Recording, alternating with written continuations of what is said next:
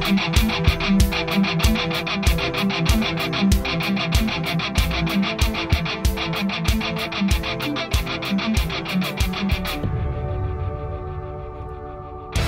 is Jerome Corsi, and today is Thursday, April 13th, 2023. And I'm here with my producer, Chris. It's good to have everyone joining us again. We're very happy to be back with thetruthcentral.com. We'll be doing a podcast every weekday.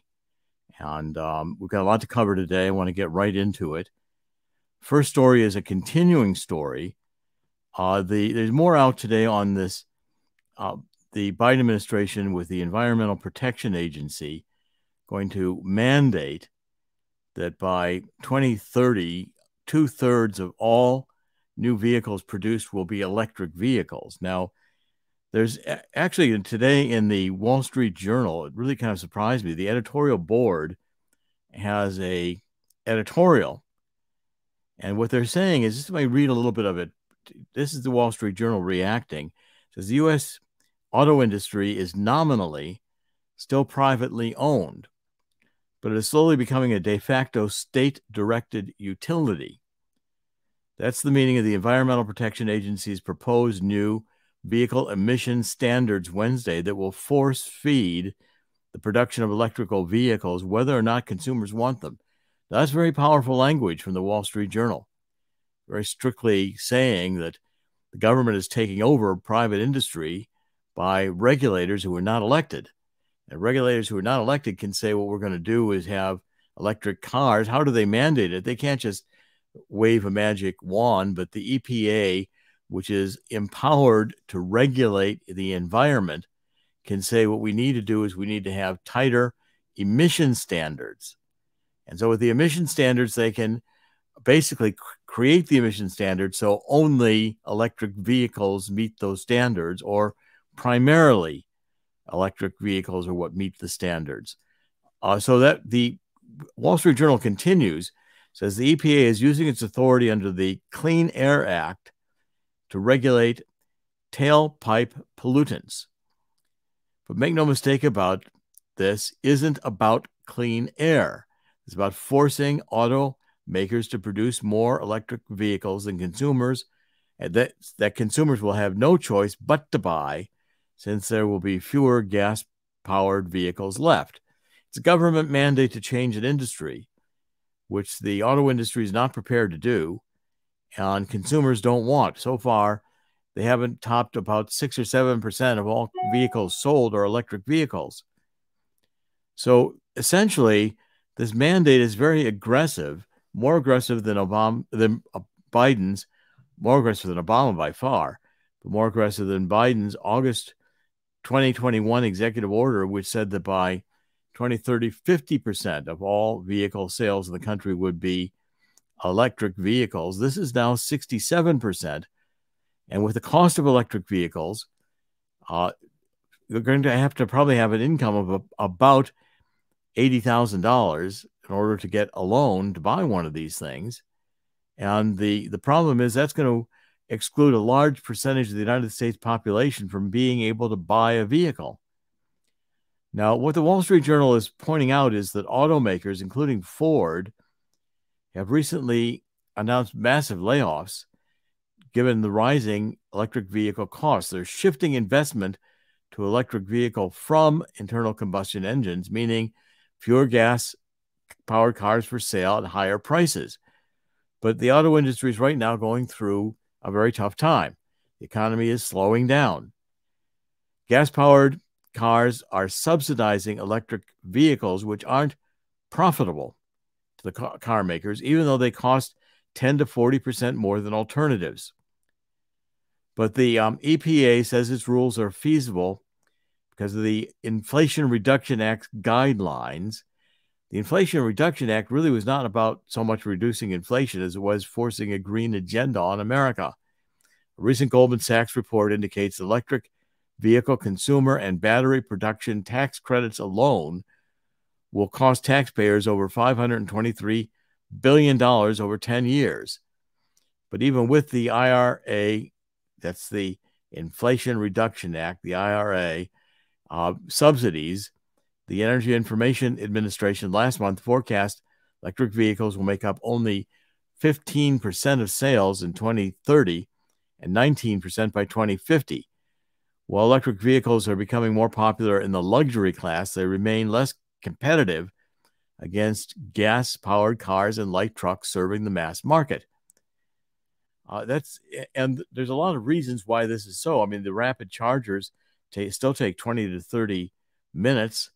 Most people don't want to spend that kind of time driving children to school or baseball games. 64% of the U.S. market, the electric vehicles appeal mainly to the affluent who live in urban areas and don't travel long distances. So Tesla accounted for 64% of the U.S. electric vehicle market last year. Traditional car makers can make more EVs to meet the EPA standards, but if consumers don't buy them, the companies will have to buy compliance credits from Tesla or other EV makers. Okay, so basically this is a giant regulatory scheme which is aimed at forcing the car industry and forcing consumers to buy these expensive electric vehicles, which again are problematic. They're very heavy. They take a long time to charge. The batteries, when they become obsolete, cost $15,000, $20,000 or $1,000 or more to replace. They still require a lot of hydrocarbon fuels in order to produce the electricity that is generating the electricity for the batteries. Basically, solar and wind are not very effective, and neither is storing electric energy in a battery. With combustion engines, you're taking hydrocarbon fuels and you're exploding them. The energy value of that, measured in the way physicists measure energy, in joules, which is a measure of energy, the hydrocarbon fuels have a much higher energy coefficient than do stored electricity, because the storage uses up energy to store. And it's expensive to produce and to obtain the rare earth minerals that are required in order to produce the batteries. Now, I want to go to the next story that I have today on thetruthcentral.com. And it's that while the United States is ramping this up, Europe, facing the gas shortages, the natural gas shortages from Russia, with Europe, the EU had sanctions against Russia for the Ukraine war. And in retaliation, Russia said, well, we're not going to supply Europe with any natural gas. And the world's going to buy natural gas in rubles, which has improved Russia's gold position. You have to buy gold to get the rubles. Use gold to get them. That's why, I mean, central banks are buying gold like crazy. We cover this extensively. But what's going on in Europe is that the Europeans are realizing that this net zero carbon dioxide energy future is just not going to be accomplished by 2035. So what the Europeans are doing, these Eurocrats in Brussels, this is again a Wall Street Journal article. Wall Street Journal is being very, very critical about the decision of the Biden administration to force people to buy electric vehicles, force car makers to make them. The Wall Street Journal, again, this is another opinion article. It's another article that was written by the editorial board. We've got two editorial board articles in the Wall Street Journal today saying basically, is California and the other progressive states, Oregon, etc., are they now going to recognize reality? And the reality is what even the Eurocrats, by the time they call them Eurocrats, you can tell the Wall Street Journal is getting sick of these bureaucrats making decisions that are fundamentally economic decisions that are not market-driven economic decisions, but a bureaucrat who's never made an automobile, probably making over $80,000 a year in Washington, D.C., and is ideologically committed to electric vehicles because they think they're saving the planet, which is, as I pointed out many, many times, I wrote the book, The Truth About Energy, Global Warming, and Climate Change. It's a ridiculous argument. It's an ideologically driven argument. It's not truth-based. So what the Wall Street Journal is saying is that the bureaucrats know they can't reach net zero carbon dioxide emissions by 2050. So they're getting their regulators to understand that the battery technologies don't exist to replace fossil fuels in distance driving or in the ease of refueling, and no one can say if or when the batteries will materialize. Electric vehicles need subsidies for consumers and for production across supply chains to be profitable, and that's going to cost taxpayers billions of dollars. This is not an economically driven idea. It's infeasible economically. Electric vehicles were the very first cars made. They were abandoned in the 1800s, 1900s, early 1900s, because internal combustion engines work better. The energy is more effective. Hydrocarbon fuels are abundant. We didn't run out of them. They are abiotic. They are not dinosaur soup. No dinosaur ever made a barrel of oil. That's, again, another major one of my themes in the truth about energy, global warming, and climate change. Now, when you understand that in Europe, and also, by the way, Wall Street Journal is pointing out the electric vehicles require rare earth minerals. They're often sourced from dirty mines in China. This is a hard-written article from the Wall Street Journal. The Wall Street Journal is, you can tell they're angry that the Biden administration is going to forget about capitalism, forget about market-driven policies, and dictate from regulators that we're going to have electric vehicles, even if they don't work. So they're saying basically the rare earth minerals from dirty mines in China, they're only as green and affordable as the electricity used to charge them. That's the fundamental point. The Wall Street Journal is saying that outright. In Europe, that means coal-fired power for which consumers pay a huge price owing to the costs of forcing intermittent renewables such as wind and solar into the grid. The Wall Street Journal is finally realizing and pointing out, maybe this was the straw that broke the camel's back, that finally, when the regulators of the EPA are trying to shove electric vehicles down everybody's throat, consumers don't want them, the market doesn't want them, our automobile producers don't want them, finally, the Wall Street Journal is admitting they don't work.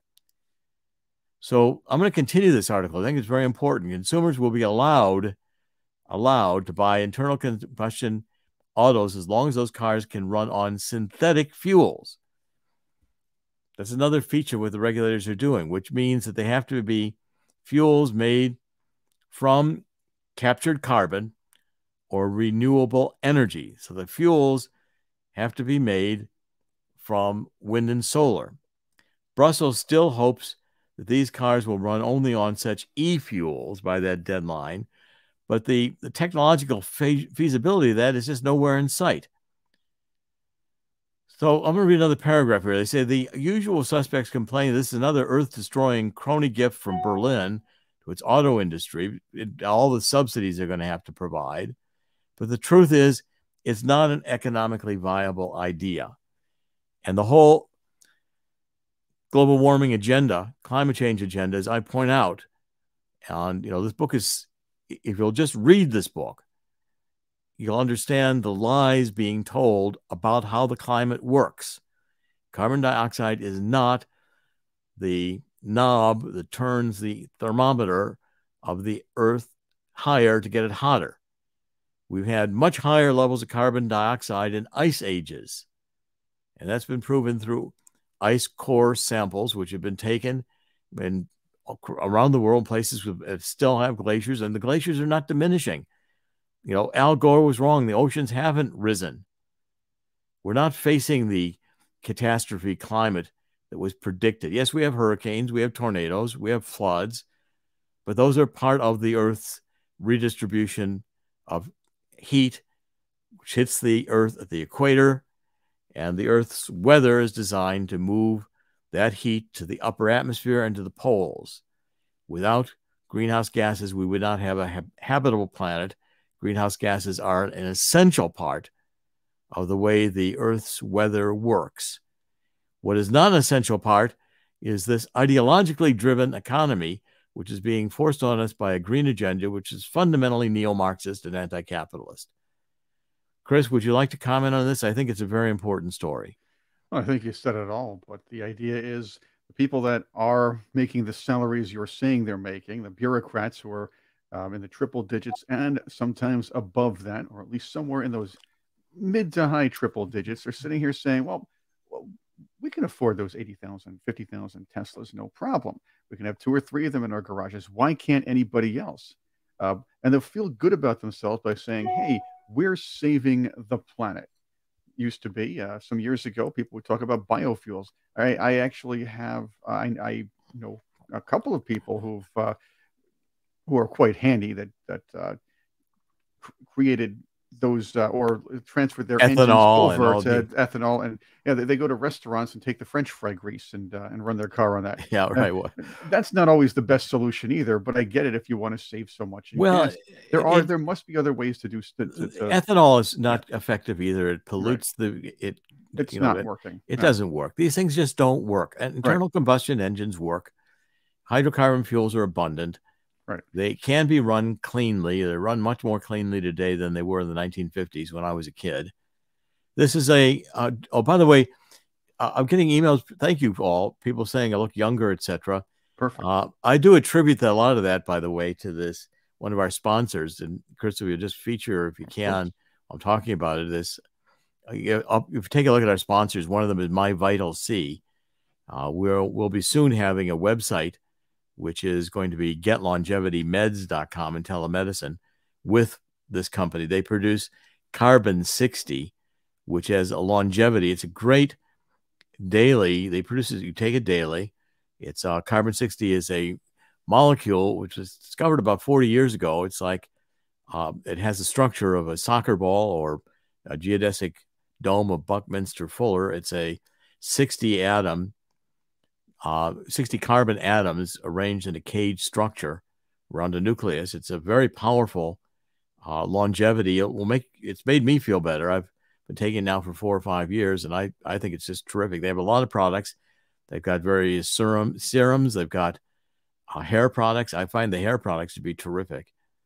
And, colors come back into my hair using some of these products. I find it is a rejuvenating. I recommend people try it. And if you just go to the website and click on the various links there, you can get easily to My Vital C. Let's go on to the other stories, Chris, because I really want to cover quite a bit today. The next story is the UN. Now, the UN, which is one of my least favorite organizations, I don't know about you, Chris, but it's one of my least favorites. Not a big fan. I didn't think so. What they're doing now is they're asking for new vast powers for global emergencies. Wasn't this wonderful? So the UN decides, and I'll read a little bit of this. The United States is seeking vast new powers. And again, this is from the Epic Times. New powers for global governance tools to deal with international emergencies, and such as pandemics and economic crises. Plan to create an emergency platform which would involve a set of protocols activated during crises that could affect billions of people. It's already drawn strong concern from U.S. policymakers. I would hope so. House Foreign Affairs Chairman, Representative Michael McCall, Texas, is very opposed to this.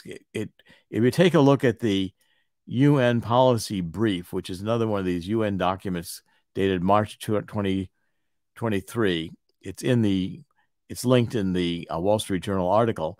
They've got a very nice graphic here, and it starts out just very, the energy platform would not be a standing body or set of protocols, but it was a set of protocols that could be activated when needed. So great. So, are the Bill Gateses of the world planning another pandemic and the UN preparing to lock down the world again? I mean, we don't need the United Nations overriding U.S. sovereignty in order to prepare themselves for a global power grab on the basis of another crisis. It's what Rahm Emanuel, who was close to Barack Obama, said, echoing some others going back to Winston Churchill, who understood that you don't let a good crisis go to waste. That's what politicians have understood. And they unfortunately do present power grabs when you have this kind of a crisis, another pandemic. We've already set the stage for another power grab.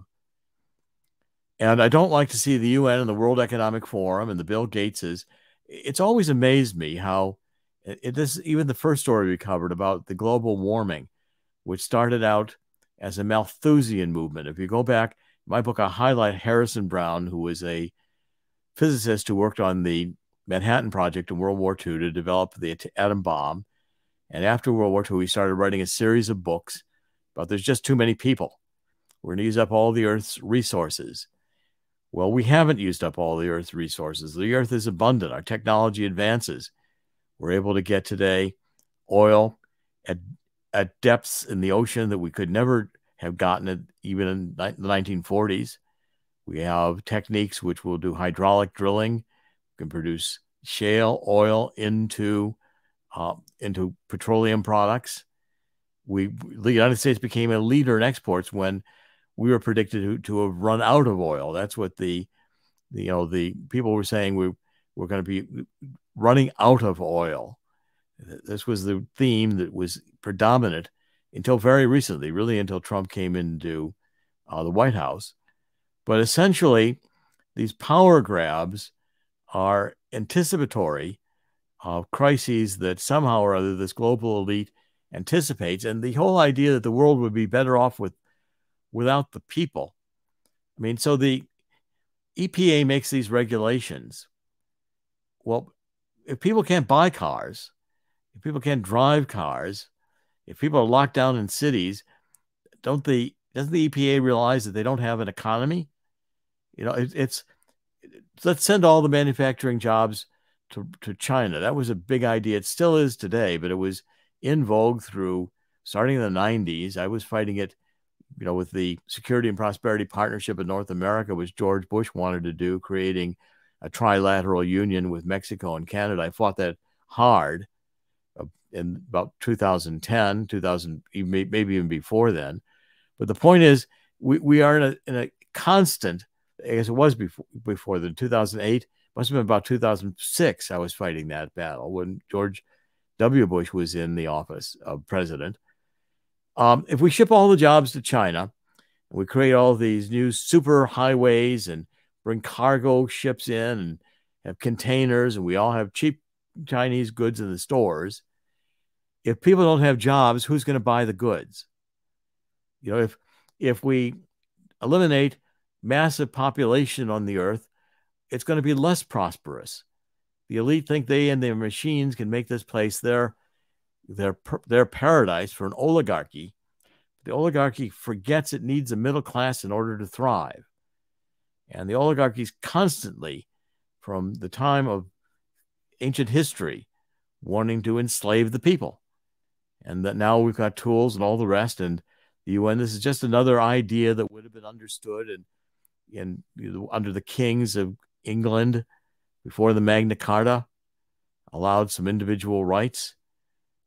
Individual rights has been the struggle of human beings to establish overreaching governments. And now we've got global governments wanting to eliminate the middle class and wanting to have power. It's a very frightening time.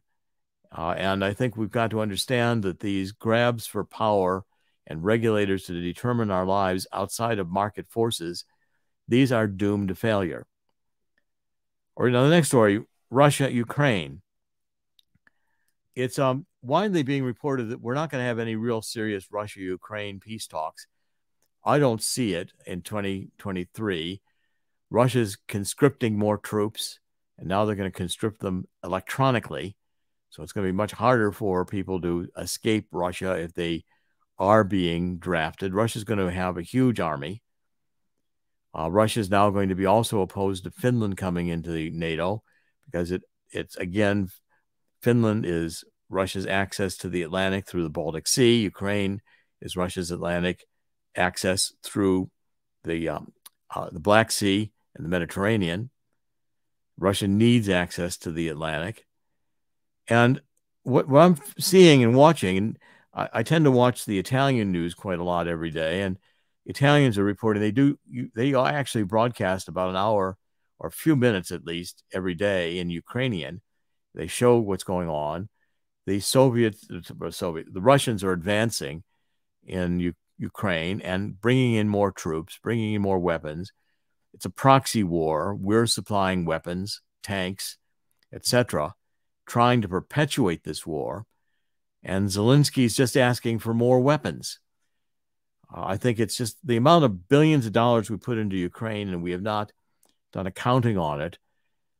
If the House begins to investigate Biden, I'll follow that as it becomes news. The point is, I think we're going to find increasingly that all of this foreign money that's unaccountably just given to Ukraine is an invitation to steal it. And Ukraine is one of the most corrupt countries in the world.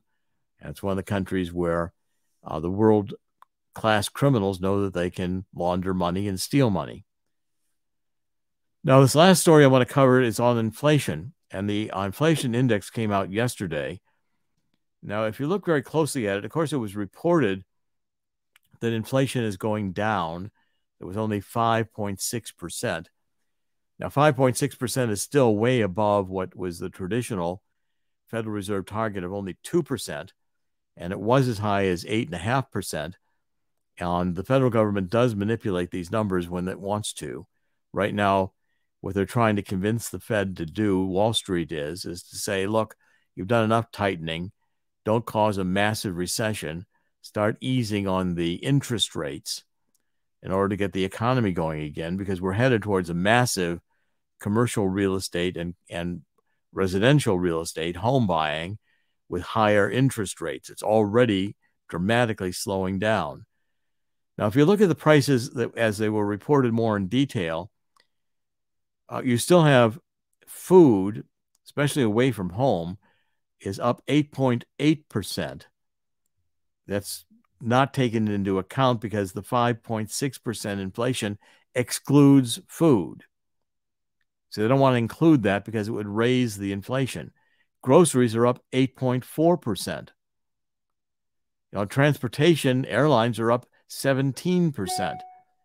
And OPEC has just cut production, so gasoline is going to start going up again. Now, this is the picture is one of stagflation. With all the money that the trillions of dollars that the Biden administration has just printed, this fiat currency is out of control. And we are now in a situation where the dollar is under substantial attack. China just concluded, I believe with Brazil, its first deal on selling oil in yuan instead of dollars. Yuan is China's currency. If the United States loses our status as reserve currency, it's going to mean that the dollar is going to get even weaker. The dollar's lost about 99% of its purchasing power since Richard Nixon took us off the gold standard in 1971. I don't think people should take these inflation numbers as good news until you understand what they mean. And it was weighing in energy at down 6%. This is for March. But again, understand that what we're seeing is a temporary period of time when oil was in less demand and gasoline prices did go down some. But that's the reason OPEC cuts its production, in order to force prices back up. That will mean OPEC will probably sell less oil, so will Russia sell less natural gas, but it will make more for the natural gas and oil that Russia and OPEC sells. Russia's part of OPEC. That's the OPEC plus. And you've got now really a union forming between Russia, China, and Iran, which I've highlighted all this week, is going to increase tremendously the potential for war. Craig, any comments on all of this as we've, and by the way, be sure to take a look at Swiss America and that offer of the Walking Liberty $50. I'm strongly encouraging everybody to get some gold, silver, because this paper money we've got in our pockets quickly going to digital is going to be under, it's not going to be worth the paper it's printed on, and soon it'll be under the control of government because our money will be entirely electronic. That's the way they want it to go.